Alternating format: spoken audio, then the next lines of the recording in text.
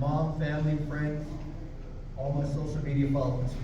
Love y'all, you're the best. Also, I want to thank the Portuguese Association for the hall, Thomas Pig for throwing it down on the grill, Perez Event Services for the music and sound, and Nathan Vega, Luxmore Broadcast, for all the video and online work you've done on the website. Also, I would like to thank the Dos Palos Lion Clubs for their support and for coming down here, serving up some good food. And also would like to thank the city of Dos Palos, their leaders, for all their support. Well, let me tell you a little bit about myself before we get into this declaration. I was born in 1967 right here in Dos Palos. I was raised just outside of town on a 40-acre farm. Small house, big barn. Come from a single-parent home. My mother raised me and my two brothers. She is one tough lady. She made us work before school and after school, taking care of our brown Swiss cattle, along with goats, sheep, chickens, and other animals. She made her living going to local auctions, picking up animals, raising them, and selling them to local farm laborers to put us through school and pay the bills. But the brown Swiss cattle we trained and showed at local fairs. I was in 4-H and FFA from the 4th grade till the time I graduated from high school. We won many ribbons and trophies along the way. I milked cows for my grandparents during the summers of my elementary years. And then in high school, I milked cows for a local dairy till I graduated. Then I went to work for the Dos Palos Co-op Gym, started as yard man, towing cotton trailers, watered the yard, moved up after a few years, and made it to head president and assistant janitor, making and weighing cotton bales for the local farmers during cotton season. Also worked with tomatoes, the season just before cotton. So I stayed busy most of the year. I was looking to further my education, so I went up to Arizona Technical and Trade School. It was there that I earned my associate's degree in auto diesel industry. After graduating, came back to my hometown to start my own business. Remember that big barn? Well, that's where I put my trade into practice. Started fixing autos and trucks of all kinds. And then one day on the way to town, a local contractor had some old fertilizer trucks for sale. Went home to talk to my mom and brothers.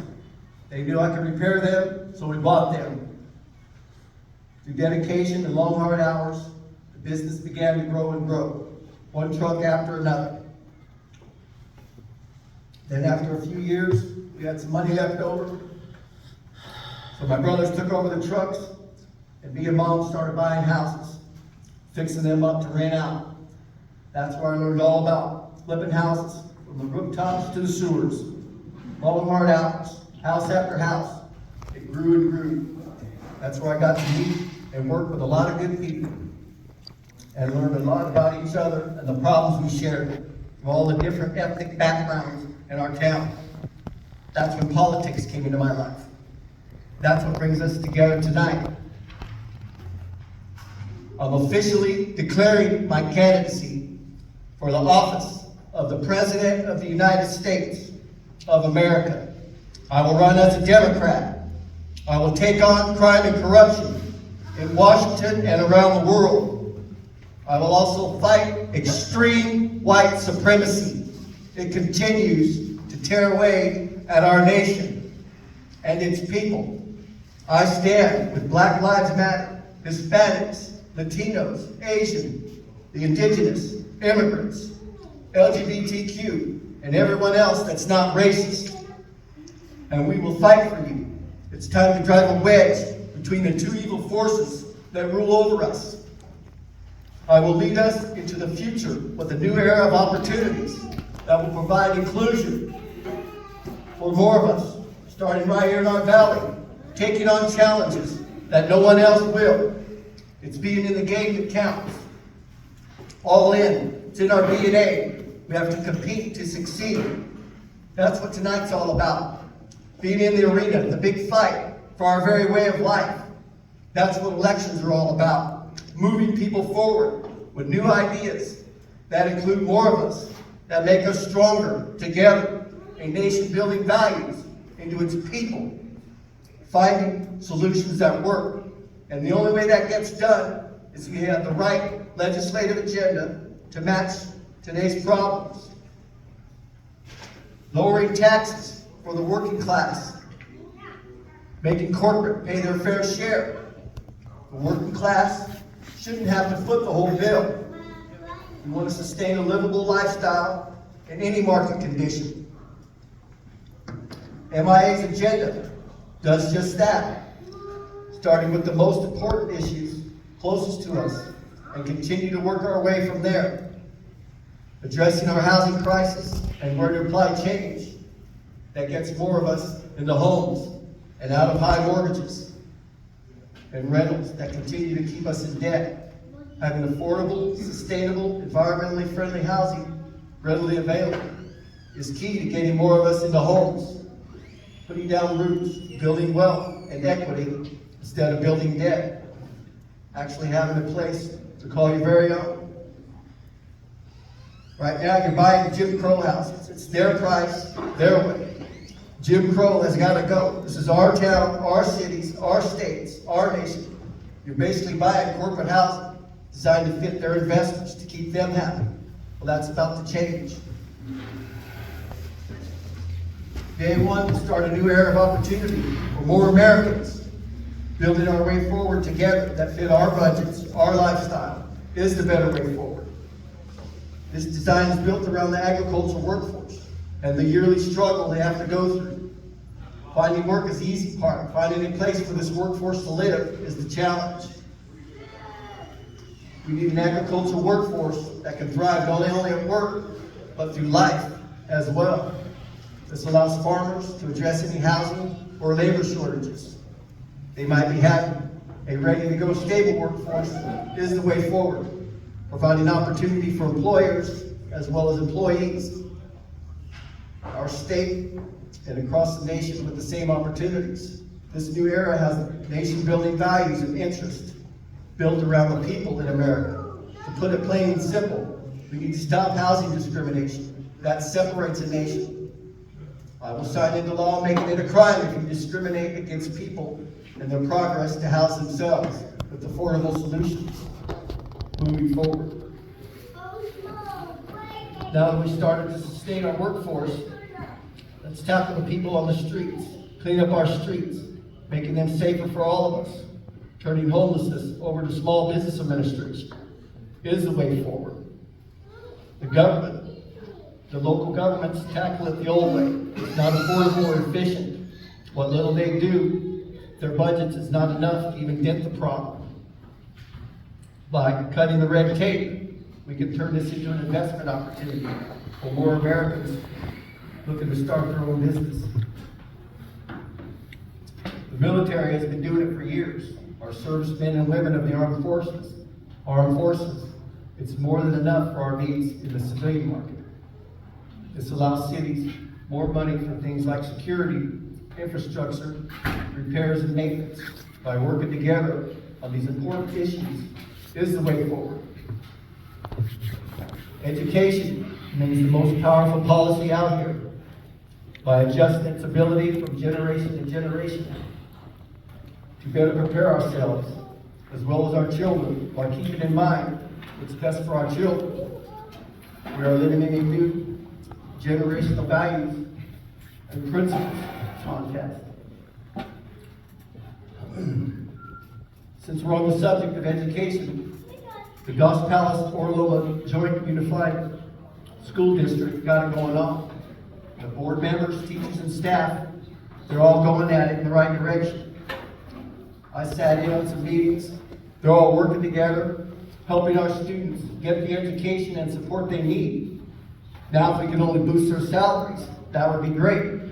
Those teachers and staff work very hard to educate our students and look after them while they're at school. That's terrific.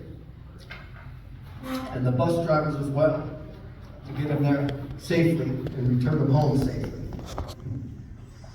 Okay. If only politicians could do that, we might be able to fix some of our problems. Working together gets it done. Moving forward, student loans.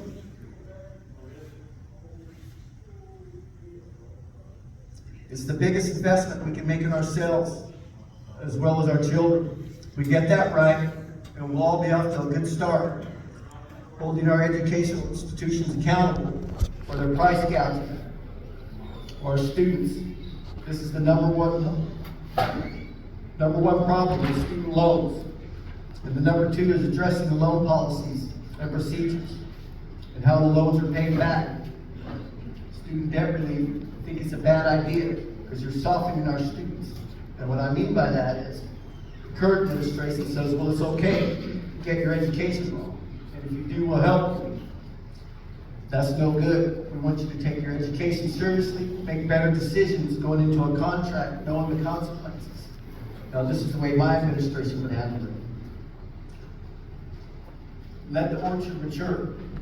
In other words, let them settle into their new job, hold, build equity, move up the ranks, increase their pay rate, freeze interest and payments for 2 years. Then start them out with low interest and medium payments while they continue to build wealth and make your payments. Then in about 7 years, you start making full payments. They will be in a lot better shape to pay it back without losing their home, job, family, or giving up. Because they'll be right here building wealth. That sends a lot better message for everyone involved because the cost of living has gone up. This allows more time for them to save up, double down on the down payment for your home, get that mortgage payment as low as possible. And then when the student loan kicks in a few years, you'll be able to swing both and live a better productive lifestyle. Stabilize your course moving forward. Security, safer streets. Start with better gun reform laws. Getting people to work together. Law enforcement plays a major role in this. Working with the community and its residents, focusing on hot spots, getting guns off our streets and out of gang members' hands, bars, nightclubs, where large numbers gather, drink alcohol, do drugs, or carry weapons, along with bad attitudes. Make for a bad situation. One wrong move, people get shot and die. Creating zero carry zones, placing armed guards is the way forward, making your stay a lot more pleasant and safer. It's all about understanding the place you're at. Is this a place you want to bring your family and friends moving forward? Your healthcare crisis, rising costs, strained services, shortage of hospitals, clinics, nurses, has put a major strain on the existing healthcare system, especially for the terminally ill. Cancer patients suffering the most, from children to aging adults. When they need to see a doctor to get treated, the wait times are a growing concern because of the lack of healthcare services. The treatment schedule is a longer wait time in between visits, needing extra time for the cancer to grow out of control, making treatment more severe and dangerous. My wife Cindy is a medical transport technician. She can give you first-hand testimony how the patients talk to her on a daily basis and how the system treats them and the procedures they go through and how long it takes to get their condition stabilized. It's very dangerous and it's taking away days of their lives, days they don't have because their life has already been cut short because of cancer. We have to look at the healthcare practices, try to incentivize the process of training and placement, try to fill these shortages of services, also extending hours of service for certain procedures, even considering 24 hours around the clock to reduce wait times for the terminally ill patients. Because of COVID, it's ongoing concern. It keeps these services backed up constantly. Even with the advancements in testing, people are still getting sick, still plugging up the services. Something has to be done. The wait times have to be addressed. These people need to get in, get diagnosed, get treated. Waiting 3 to 6 months is too long. They need to be treated within a month or two. It's time for action. Also working on prescription drug prices, getting those down and under control, especially the cancer and insulin. It's way out of control. Big Pharma's greedy decisions has got to be held accountable. People are dying and the sick need their medicine. They can't afford these outrageous prices. Congress and Big Pharma must be stopped. Action must be taken immediately. We must protect our seniors and Social Security and health care. The Republicans are constantly tearing away at it, trying to get rid of it. It's terrible. And also need to protect women's abortion rights. And we're offline. And there's some mixed messages out there right now on the shortage of, some say it's a shortage of nurses, and some say there's nurses that are waiting to go to work. About 80% of the cost of the hospitals is their staff. So those issues need to be addressed.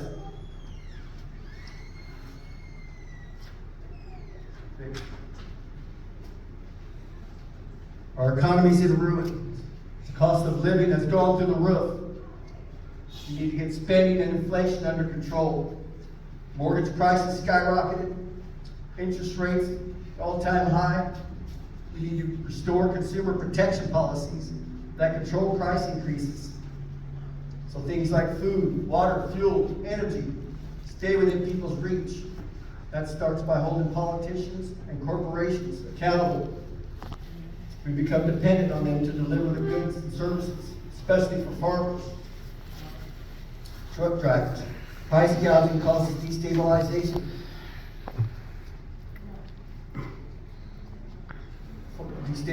Causes destabilized farming and delivery of products to market.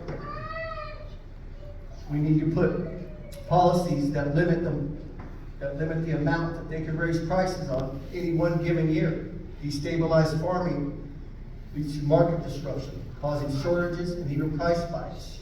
This can be felt in everyone's home across the nation. Congress and corporations have quietly removed our consumer protections. From the last 2 years, there's only a handful left to pass. There's no real laws backing them up. If they break them, there's no real penalty. That's why they're doing this price gouging. It has become the new norm. They must be penalized for their actions. It's time to restore consumer protections, hold Washington accountable. It's time to drain the swamp. It's time for new leadership, time for a new era of opportunities.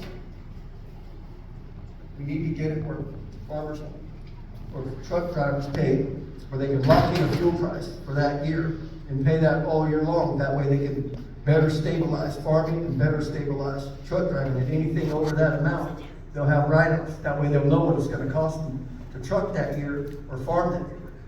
And that starts with more fuel production. OPEC and Big Oil is in bed with the Biden cartel. They're corrupt.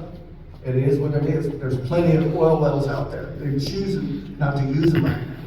True. And when you destabilize and cut off the fuel source, what's that do? Everything else dominoes out of control. Look at eggs. Go buy something. So when they cornered the market on the fuel, guess what? Everything else, anything you move, takes fuel to move it. So they know what they're doing. They're corrupt. So we need to get more fuel out there, stabilize our fuel prices, and until that's done, we can't stabilize the egg prices. We can't stabilize the meat products, the services. They're going to continue to price gouging, and they're doing this on purpose. They're in bed together. Biden's been there since he was 30 years old. He's corrupt. Mm-hmm. Right. Corrupt. He's not for the people. It's for them. This is about us. This isn't about them. And until we vote that corruption out of there, this is going to continue. It's just what they do. They're in it for themselves. They're not in it for us. Holding them accountable. All right, a little bit on the climate. A shout out to CAL FIRE and PG&E. They made some major improvements in the last few years as far as fire containment, getting electric shut off and high winds to help reduce fires, but there's still work to be done. Climate crisis. Climate deniers are the worst thing for our world because the radical right is such a large group and influence and power they hold over us, which means that's about half of us. That's a tremendous amount of people. And the tremendous amount of people that don't believe in the science and the data that's out there that says we have a problem, a major problem. In the recent years, we have made advances in cleaner energy, things like solar, wind, dams, electric vehicles, nuclear, cleaner fuels. That's not enough. The biggest harm is the deniers. It's a shame. They're allowed to destroy our planet, but take no blame or interest in fixing it. So that's the biggest and most important when it comes to climate change and what to do about it. Better legislation and controls over heavy polluters and the refiners that don't upgrade their fuels or exhaust systems for cleaner air, holding them accountable. Policies are even shutting them down until they comply. The Clean Air Act, solar panels, they need to produce more electricity per square foot so more people can benefit from them. Also reducing wasted electricity, water and gas.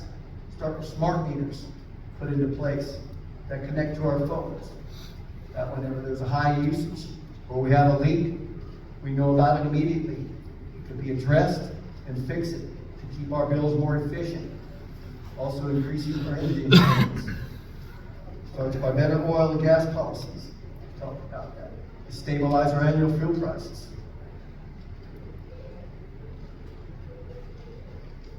Moving forward. Border crisis. We are living in a very dangerous place right now. The massive amount of cargo that passes every 24 hours is alarming. The border guards can only spot check a limited number of trucks, leaving the door wide open for drugs, guns, dirty money, sex trafficking, illegal immigrants, and most importantly, terrorist activities. We need a new state-of-the-art technology put into place, a 24-hour mobile security system, cameras, listening centers installed on the trailers so they can be monitored around the clock. So if the military, Homeland Security, border guards, they can monitor anytime, anywhere to see what's going on and also do spot checks. That way, everybody's got backup cameras in their cars now. It's a normal thing. They need to put them that way they can see the forklift drivers. They're loaded in there. They're loading people, guns, and drugs. Where they're loaded from the factories over the border, a lot of fentanyl, a lot of dirty money. It's corruption. So cameras, it's nothing new. They're out there. But until they do this, it's going to continue. It's just another crisis waiting to happen. And then doing spot checks at their factory. Surprise checks where they show up unannounced, bring in a couple dogs, wherever they're loading, and then when they unload, as long as everything's on the up and up, they're fine. But other than that, until they do that, the border crisis is going to remain deadly. That's just the way it is. And that's what it's going to take. And the terrorists are watching and planning, and yes, the next 9/11 is just around the corner. 9 trailers of dynamite, 11 feet apart, which would blow up just about anything. Also, the financial sponsors in charge of bringing over immigrants for work, they need to be held accountable for their actions. They're bringing them into harsh working conditions, along with terrible living conditions, causing immigrants to flee their job, and then they're left on the streets. And they seek assistance from us, leading to more problems, especially those with children. The financial sponsors have to be held accountable for their actions. Bad financial sponsors need to be cut out of the framework. It's terrible what they're doing to the immigrants. These people must be stopped. The Justice Department does nothing about it at all. They're all full and corrupt, along with this administration. They turn a blind eye to it because they're in bed with those bad financial sponsors. Terrible leadership leads to terrible working conditions for the people coming here seeking a better life for their families. Moving forward. I want to thank all the veterans for their service, the first responders, and the current service members for your ongoing support. Thank you. You're the bravest and the best.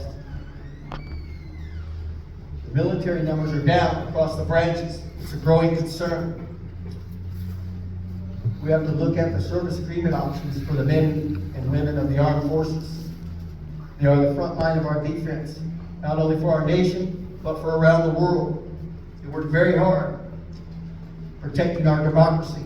We must take better care of them going in and coming out. MIA will address this major issue with maintenance and personnel and some other security issues, because when your numbers are down, what's the first thing that's going to suffer? Security and maintenance, obviously, and then you start to see it come unraveled. China is a major growing concern, getting ready to take Taiwan. Troubles brewing overseas. And you got the war with Russia that will engage in peace talks with Ukraine. You got Kim Jong-un, North Korea, the missile freak. And then Iran building its nuclear power capabilities, saying it's to produce energy, but more likely to produce weapons of mass destruction. These are major security issues, not only for us, but for the rest of the world. And where's the Biden administration or the UN? Sitting on their hands, waiting for someone else to come clean it all up. Shameful. They ought to be doing more for the world than just sitting there and watching everything happen. World leaders full of corruption and greed, profiting from war and drugs, and a whole list of other crimes. Moving forward. Well, I'm supposed to do this at the beginning, not do it this. A little bit nervous, but it is what it is. I'm standing up, and here I am. I'm a new boy. But I'll get better, I promise you. I'm not going anywhere, and I'm not giving up. I'm going to try and try and try. And if something's better for me, I'm freely. It's not about what's made in America. It's about what's missing in America. And right now, we're missing an administration with a legislative agenda that's focused on our values and interests. In other words, fixing our problems. The only thing they're fixing is it for themselves. They don't care about us. They never did. He's a nuisance to California. He's done doing nothing for the agriculture workforce. It's not done. Or for the other workforces. California workforce is not being addressed. They need to bring in affordable housing. They only make $60,000 a year. You cannot buy a home for $500,000. $50,000 a year. They need to get homes in around $200,000. It's called the universal housing. And they're not doing it. Governor, he's a nuisance. It's Governor Nuisance. He's doing nothing for California or the workforce. Nothing at all. He's corrupt. He's in bed with the Biden administration. And he's not doing anything for the affordable housing. You can see it. The Bay Area is already ruined. You can see the price of rent going through the roof. And it's going through the roof here in the valley as well. But we still have room here. We have plenty of room to build. And they're not building the way they should. The people that work at the tomato canyon, the people that work in all these fields, for all these farmers. The farmers need to start supporting their agriculture workers because they're supporting themselves as well. They need to get behind this deal and support affordable housing for their workers. And they're not. Nobody is. That's one thing my campaign is going to focus on. Because when you do that, you can build wealth, put down roots. And you have that right. And right now, you're not given that opportunity because they're discriminating against you. You're always going to have those big expensive houses. And it's not going to hurt that. This is actually going to create more jobs. They can still build them big houses. That's, when you get there, that's fine. Before you could buy homes.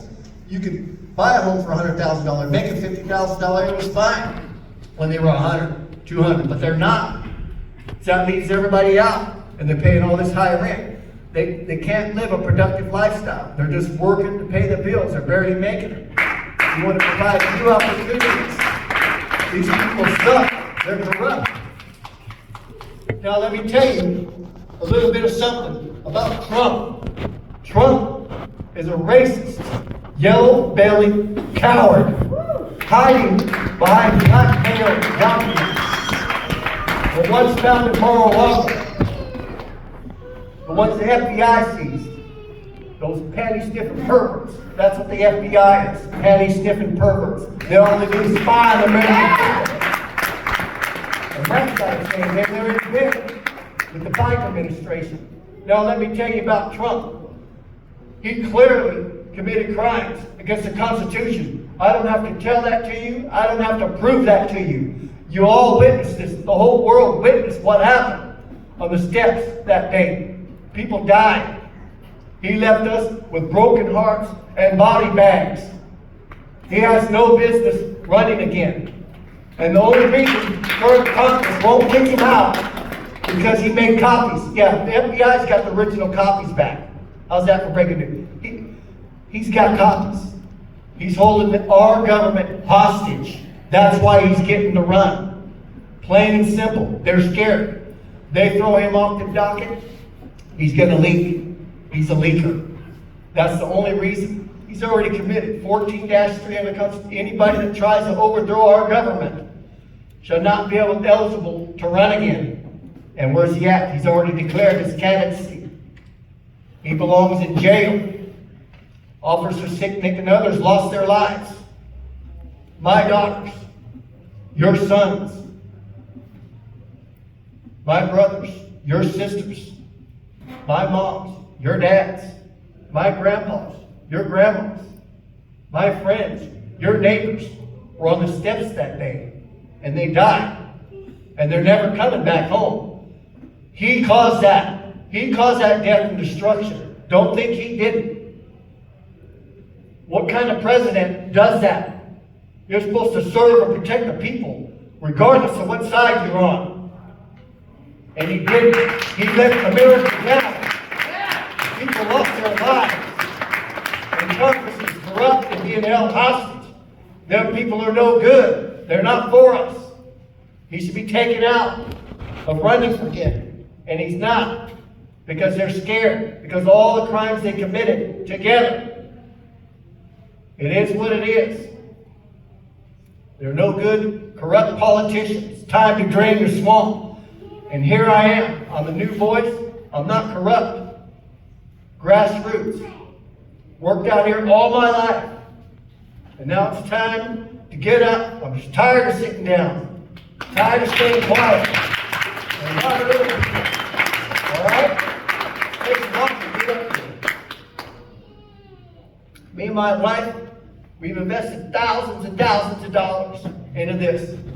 And I believe anytime you invest in yourself, as well as the rest of American people, you cannot go wrong. You cannot go wrong. I'm here. I'm here to visit you. I got your back. I got your back. All right? I'm here to fight corruption, to take on racism and corruption. People are crooked, no good, and we're going to take the fight to them. Hallelujah. MIA is the way forward. All right. Now, let me close. We can get this done. All right. As someone who is campaigning to become the President of the United States, I am deeply committed to serving and improving the lives of all American people. My mission is to create a better future for all Americans, regardless of their background or circumstances. I envision a country where everyone has an equal opportunity to succeed and where everyone is treated with dignity and respect. I believe that every person has a right to a quality education, affordable health care, and housing, and a secure and stable future. I'm committed to bringing people together, building bridges across communities. I believe that we are stronger together when we work together, and that our diversity is one of our greatest strengths. I am driven by a deep sense of purpose and a desire to make a positive impact on the world. I am motivated by a sense of duty and desire to serve my fellow Americans. If elected, I promise to work tirelessly and address the challenges facing our country and to create a brighter future for all of us. I will always put the needs of the American people first, and I will do everything in my power to make the United States a more just, equitable, and prosperous nation. God bless you, and God bless America. Thank you.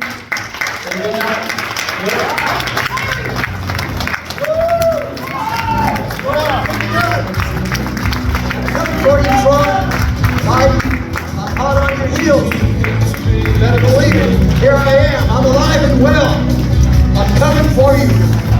I'm going to face you down on stage. I promise you. Woo!